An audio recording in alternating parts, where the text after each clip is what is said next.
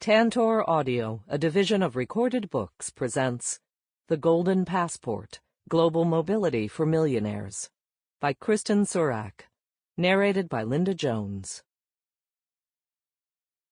Chapter 1. Selling Citizenship. In October 2017, the tiny country of Montenegro was abuzz. Nestled in the mountains along the Adriatic coast and with a population of a mere 620,000, it's a place that has been overlooked by many. Formerly a part of Yugoslavia, it remained an appendage of Serbia until it gained full independence in 2006. If the country is known at all, it's perhaps through the film Casino Royale, in which it served as the stage for James Bond's high-stakes poker game. Yet even then, the microstate was too small to play itself. The scene was actually shot in the Czech Republic. Given the country's size, it didn't take much to create a lot of hype for the Global Citizen Forum. In the capital city of Podgorica, billboards projected mammoth images of the GCF's headline speakers, a glitterati lineup including actor Robert De Niro, rapper Wyclef Jean, and General Wesley Clark. Along the Adriatic coast, black and gold forum banners lined the highway, challenging drivers to inspire change and provoke innovation. At the airport, posters greeted new arrivals by proclaiming, "The future starts now. Keep the conversation going." Over 2 days, nearly 400 participants would gather in the small Balkan country to discuss the most pressing issues facing the world today. The main events took place along a private beach in a glamorous Italianate villa worthy of James Bond, and a trio of geodesic domes worthy of Disney World. Floating above, an enormous hot air balloon announced the encampment with a huge Global Citizen sign emblazoned across a multicolored patchwork of passports. Under it wandered the delegates, dressed in elegant casuals better suited for a cocktail hour than morning coffee. Millionaires milled around the samovars and chatted with DJs and supermodels. Prime ministers and politicians dropped in by helicopter. Filling in the spaces in between was a hodgepodge of philanthropists, NGO workers, bankers, creatives, and a few royals. The event did not hold back in trotting out the world's major and minor elites to trumpet the glory of the global citizen. Opening the event, former UN President Kofi Annan gave his blessings by video. On a spotlighted stage, Cherie Blair, wife of the former UK Prime Minister, drove home the importance of women's empowerment. Beside her, First Lady Jeanette Kagame of Rwanda, whose husband had been again returned to power with 99% of the vote, sang the praises of entrepreneurial mothers. In between, José Manuel Barroso, the former European Commission president turned Goldman Sachs executive, offered his thoughts on the best way to manage refugees.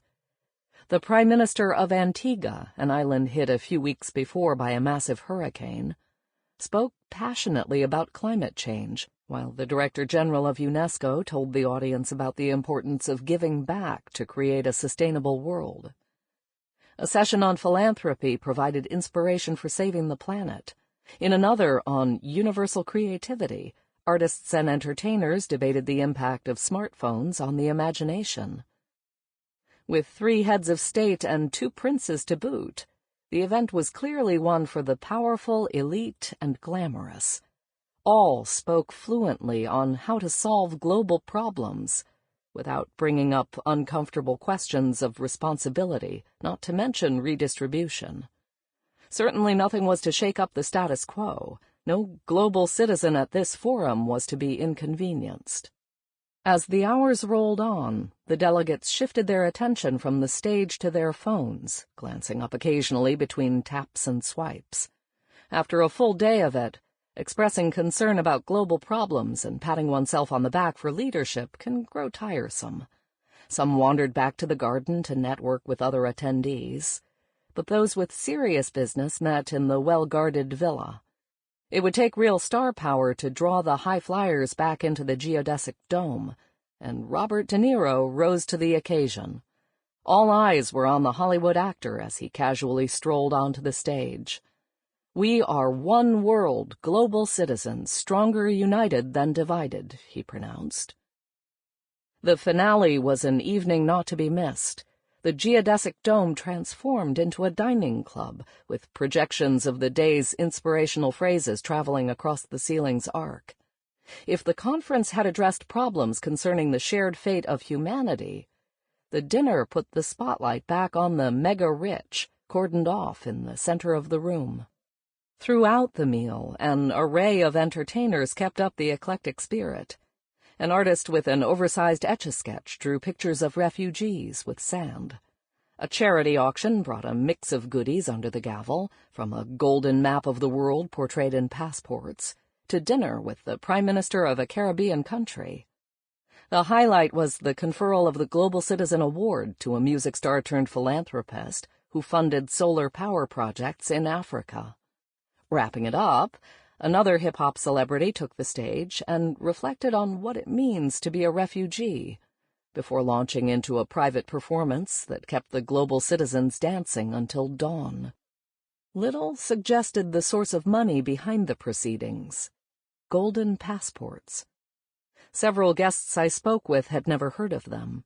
When the topic came up, it was almost in passing. Still, it lurked in the background. A representative from the Montenegrin government in one session described the new Citizenship by Investment, CBI, program they were planning. It's a way to attract people who have knowledge and experience to come and teach others and to move the country forward. If executed and monitored properly, it's a big opportunity for countries like Montenegro. We don't want to sell passports, we want to buy excellence. I spoke with him and a few officials from other places who were looking to develop CBI programs. Georgia, Macedonia, and Moldova were all showing interest. A civil servant from Armenia explained to me over coffee that his country, lacking oil or gas, was exploring ways to build a business environment that would attract foreign capital, and saw citizenship by investment as a means to develop competitiveness. We're looking for a tool to place the country within the right networks, he clarified. If inserting oneself in elite networks was the goal, the Global Citizen Forum was the place. The event's host, Armand Arton, a successful businessman who made his money helping people move across borders, described his own history of immigration to launch the occasion. Uprooted by genocide, his family traveled from country to country in search of a better future. Cross-border mobility had taught him much. The place I was born, I decided, will not dictate who I am, where I can go, and who I can become. His words drew attention to one of the strongest pillars of inequality in the world today. No one chooses their country of birth, yet no other status has a greater impact on one's life chances. People born in Burundi live, on average, to the age of 57 on an income of around $300 per year. Their counterparts in Finland will likely survive over 80 years on a far more generous income of $42,000. It comes as no surprise that the most impoverished people in low-income countries fare worse than their counterparts with citizenship in wealthier states, but the disparity holds across all income levels. Wealth does not insulate the rich from the consequences of what the economist Branko Milanovic terms citizenship penalties.